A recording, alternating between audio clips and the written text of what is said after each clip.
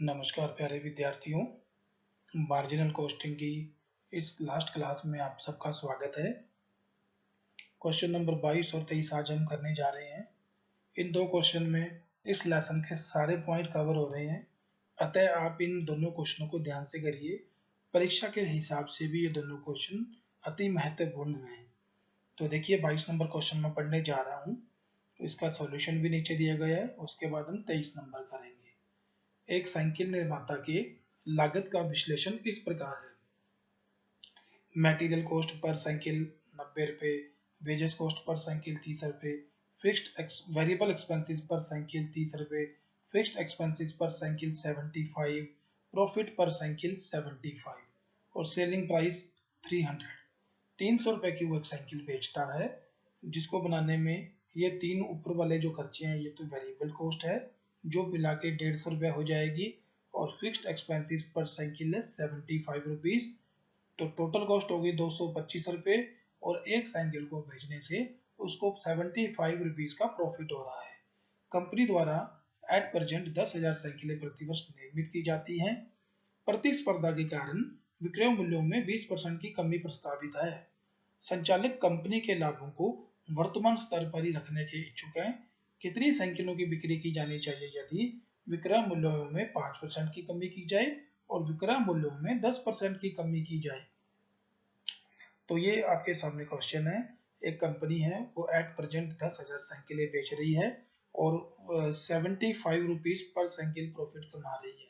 यानी कि 10,000 को यदि हम 75 से मल्टीप्लाई करें तो 7,50,000 रुपये प्रतिवर्ष वो लाभ कमाती है। चूंकि बाजार में प्रतिस्पर्धा है, इसलिए कंपनी को अपने विक्रय मूल्यों में कमी करनी पड़ेगी। यदि वो 5% की कमी कर दें तो जो 7,50,000 रुपये जो वर्तमान में लाभ कमा रहे हैं, उतना ही लाभ को बनाए रखने के लिए कंपनी को कितनी अतिरिक्त साइकिलों की 10,000 से कितना ज्यादा साइकिलें उसको बेचनी पड़ेगी, ये कैलकुलेट करना है हमें। और सेकंड पोजीशन में यदि विक्रय मूल्यों में 10% की कमी कर दें तो वही 7.5 लाख रुपए जो एट प्रेजेंट कंपनी 10,000 साइकिलों को बेचकर कमा रही है 75 रुपीज पर साइकिल के हिसाब से, तो उसको कितनी साइकिलें बेचनी पड़ेंगी, ये हमसे क्वेश्चन में पूछा गया है।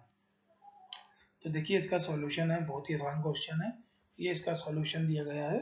सर्वप्रथम हम कंपनी के वर्तमान लाभों की गणना करेंगे, जहां कंपनी द्वारा प्रतिवर्ष 10,000 साइकिलें बेची जा रही है।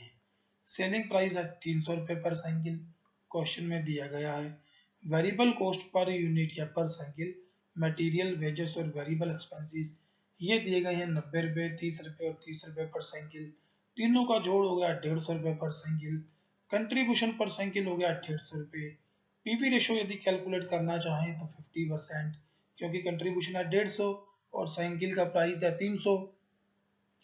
Profit on sale of 10,000 cycle, company जो एट प्रेजेंट 10,000 साइकिलें बेच रही है, इनको बेचने से कंपनी कितना लाभ कमा रही है, टोटल सेल्स इंटू सी per unit minus F C. तो 10,000 साइकिलों को बेचकर 150 रुपये प्रति साइकिल कंट्रीब्यूशन कमा रही है, यानी कि 15 लाख रुपए कंट्रीब्यूशन आ रहा है। 15 लाख में से यदि हम 7.5 लाख रुपए फिक्स कॉस्ट लेस कर दें तो कंपनी वर्तमान में 7.5 लाख रुपए लाभ कमा रही है। अब हमसे यह पूछा है कि यदि विक्रय मूल्यों में 5% की कमी कर दी जाए तो इतना ही लाभ कमाने के लिए जो 8% कमा रही है उसे कितनी साइकिलें बेचनी पड़ेंगी। तो देखिए आपके सामने है, देखते हैं हम क्या प्रभाव पड़ता है। नया विक्रय मूल्य कितना होगा, 300 माइनस 5% बराबर 285 रुपये।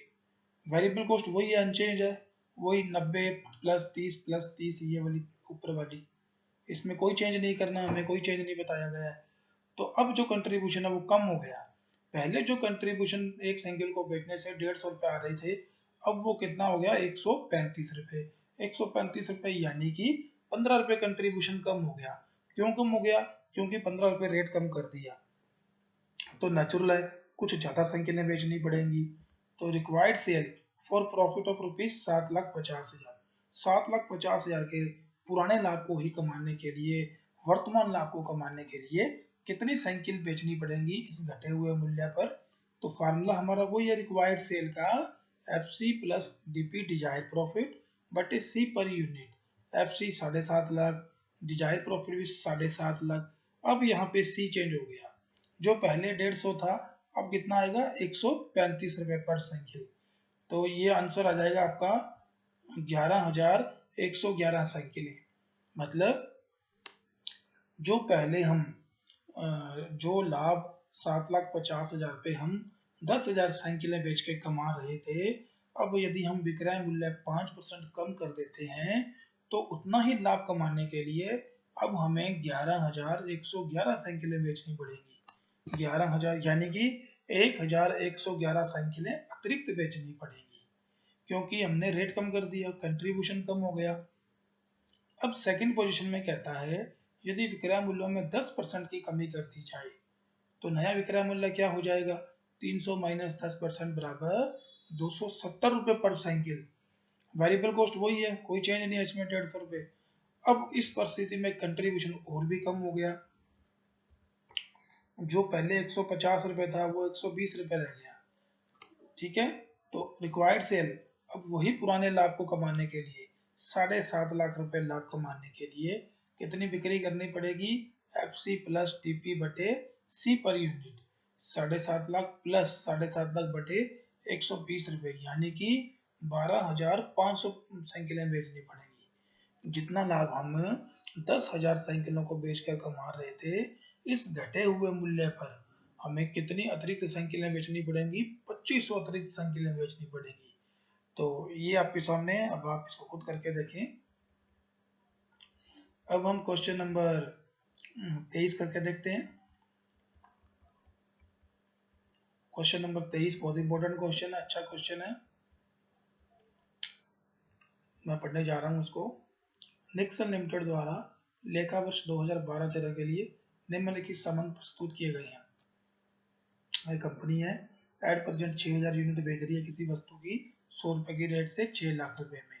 वेरिएबल कॉस्ट है 80 रुपए पर यूनिट, 4,80,000 रुपए, यानी कि कंट्रीब्यूशन हो गया टोटल 1,20,000 रुपए या 20 रुपए पर यूनिट। फिक्स कॉस्ट है इसकी 1,80,000 रुपए। हमें कैलकुलेट करना है बीईपी इकाइयों में कर के पश्चात 1,20,000 का लाभ अर्जित करने के लिए विक्रय की आवश्यकता यदि कर की दर 40% है।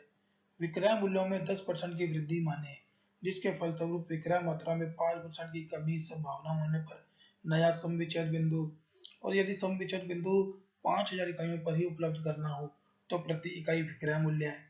विज्ञापन व्ययों में 40,000 की वृद्धि की आपूर्ति हेतु अतिरिक्त विक्रय की आवश्यकता। तो ये बहुत अच्छा इंपॉर्टेंट क्वेश्चन है, इसमें सारे पॉइंट कवर हो गए हैं। तो अब हम इनकी कैलकुलेशंस करते हैं। देखिए ये इसका नीचे सॉल्यूशन दिया गया है, ये क्वेश्चन। तो सेलिंग प्राइस पर यूनिट दिया हुआ हमें 100 रुपए क्वेश्चन में, वेरिएबल कॉस्ट पर यूनिट है 80 रुपीज, कंट्रीब्यूशन आ गया 20 रुपए, पीवी रेशियो आ गया 20%, सी बटे एस इंटू 100 गया ये। अब हम बीईपी निकालते हैं। फिक्स कॉस्ट क्वेश्चन में दी गई है 1,80,000 रुपए। तो ये सारे डाटा हमें क्वेश्चन में दिए गए हैं। अब हम इनको अप्लाई करते हैं फार्मूला को। सबसे पहले ब्रेक इवन पॉइंट पूछा है हमसे, तो ब्रेक इवन पॉइंट का फार्मूला आपको पता ही है। अगर यूनिट में निकालना चाहते हैं तो FC बटे C पर यूनिट, और अगर अमाउंट में निकालना चाहते हैं तो FC बटे पीवी रेशियो इंटू 100। तो ये अप्लाई किया, 9,000 यूनिट आ गया या 9 लाख रुपए। सेकंड पॉइंट, कर के पश्चात 1,20,000 का लाभ कमाने के लिए आवश्यक विक्रय रिक्वायर्ड सेल कैलकुलेट करनी है। यदि हम डिजायर प्रॉफिट 1,20,000 चाहते हैं, कर के पश्चात यदि कर की दर 40% है। तो स्टूडेंट्स, जब भी क्वेश्चन में ये डिजायर प्रॉफिट कर के पश्चात का दिया हो और हमें रिक्वायर्ड सेल कैलकुलेट करनी हो तो ये फार्मूला ये एप्लीकेबल करेंगे। FC plus DP after tax, ये जो दिया हुआ हमें, इसके डिवाइड में लगा देंगे ये फार्मूला 1 माइनस टैक्स रेट। ये आपको थोड़ा ध्यान रखना है, DP बटे 1 माइनस टैक्स रेट, और सबके बटे में C पर यूनिट, और यदि अमाउंट में निकालना तो PV रेशियो। तो FC हमें 1,80,000 दी हुई है, प्लस DP था 1,20,000, डिवाइड बाय 1.1 माइनस 0.40, ये टैक्स रेट जो है ना इसको 0.40 कर लेंगे, और इसका जो पूरे का सॉल्यूशन आएगा वो आ जाएगा 2 लाख रुपए। 1,80,000 ,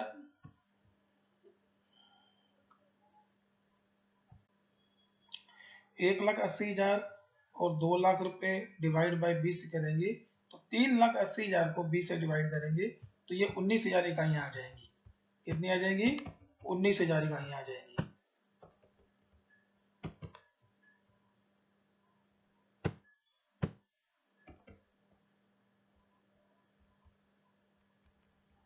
और यदि हम इसको अमाउंट में निकालना चाहते हैं तो 1,80,000 बटे 2 लाख बटे प्लस 2 लाख बटे 20 इंटू 100 करेंगे तो ये 19 लाख रुपए आ जाएगा। तो ये आपको यहाँ पे ये ध्यान रखना है, जब भी लाभ जो डिजायर्ड प्रॉफिट है हमें यदि कर के पश्चात दिया हो तो रिक्वायर्ड से निकालने के लिए ये फार्मूला एप्लीकेबल होगा, FC plus DP after tax divide by 1 minus tax rate. ये आपको थोड़ा सा ध्यान में रखना है, इसको इस तरह से अप्लाई करना है और जब हम इसको सॉल्यूशन करेंगे तो आपके सामने 19,000 इकाइयाँ या 19 लाख रुपए आएगा। तीसरे पॉइंट में हमें कहा गया है कि यदि विक्रय मूल्य में 10% की वृद्धि कर दें जिसके फलस्वरूप विक्रय मात्रा 5% कम हो जाती है तो ऐसी स्थिति में नया बीईपी बिंदु क्या होगा। तो देखिए विक्रय मूल्यों में 10% की वृद्धि करने पर नया विक्रय मूल्य क्या हो जाएगा, 100 प्लस 10% बराबर 110 रुपये हो जाएगा। वेरिएबल कॉस्ट अनचेंज है, वही 80 रुपये। अब कंट्रीब्यूशन 20 के बजाय 30 रुपये हो गया। कंट्रीब्यूशन कितना हो गया, 30 रुपीज। पीवी रेशो भी चेंज हो जाएगा, C बटे S इंटू 100 करेंगे, 30 बटे 110 इंटू 100 करेंगे तो ये 27.27 हो जाएगा। अब हम इस परिस्थिति में फार्मूले तो वही रहेंगे हमारे, FC बटे C या FC बटे PV, केवल फिगर चेंज हो जाएंगी। 1,80,000 FC वही है, यहाँ पहले 20 था तो अब 30 हो गया और यहाँ पे पहले 20 था तो 27.27 हो गया। आंसर ये है। तो अब बीईपी आएगा 6,000 इकाइयाँ या 6,60,000 रुपये पर। तो ये विक्रय मात्रा में जो कमी या वृद्धि होने से कभी भी बीईपी प्रभावित नहीं होता। विक्रय मूल्यों में परिवर्तन से, विक्रय मूल्यों में कमी या वृद्धि होने पर या परिवर्तनशील लागत में कमी या वृद्धि होने पर या स्थायी लागत में कमी या वृद्धि होने पर बीईपी चेंज होता है। विक्रय मात्रा में कमी या वृद्धि होने से कभी भी बीईपी पे कोई प्रभाव नहीं पड़ता। अब चलिए फोर्थ पॉइंट में हमसे यह पूछा गया है कि यदि बीईपी 5,000 इकाइयों पर ही उपलब्ध करना हो तो प्रति इकाई का क्या विक्रय मूल्य होना चाहिए। यदि बीईपी 5,000 इकाइयों पर ही उपलब्ध करना हो तो ऐसी स्थिति में ये फार्मूला आपको मालूम है, सेलिंग प्राइस पर यूनिट बराबर FC बटे बीईपी डिजायर्ड, जो हम बीईपी जितनी यूनिटों पे चाहते हैं, plus variable cost per unit. तो FC 1,80,000 है, डिवाइड बाय बीईपी चाहते हैं 5,000 इकाइयों पर, प्लस 80 रुपये पर यूनिट। और इसको जब हम हल करेंगे तो विक्रय मूल्य प्रति इकाई आएगा 116 रुपये पर यूनिट। अब लास्ट है जी 40,000 रुपये के अतिरिक्त व्ययों की पूर्ति हेतु आवश्यक अतिरिक्त विक्रय। 40,000 रुपये कोई अतिरिक्त खर्चा उत्पन्न हो गया, उस खर्चे की पूर्ति के लिए, ताकि हमारा वो जो लाभ पहले जितना ही बना रहे, इस अतिरिक्त खर्चे की पूर्ति के लिए कितना अतिरिक्त विक्रय आवश्यक है। तो इसका फार्मूला भी आपको बताया गया है। फार्मूला ये एडिशनल सेल बराबर प्रपोज्ड या एडिशनल एक्सपेंसेस, प्रपोज्ड या additional expenses divide by PV ratio. तो ये 40,000 रुपये जो प्रपोज्ड एक्सपेंसेस है बटे 20 इंटू 100, आंसर आएगा 2 लाख रुपए। तो इस 40,000 रुपये के अतिरिक्त व्ययों की पूर्ति के लिए 2 लाख रुपए की अतिरिक्त बिक्री करनी पड़ेगी। तो ये आपके सामने क्वेश्चन है। बाकी क्वेश्चन जो इसके ऊपर दिए गए हैं ये आपको अपने आप करने हैं।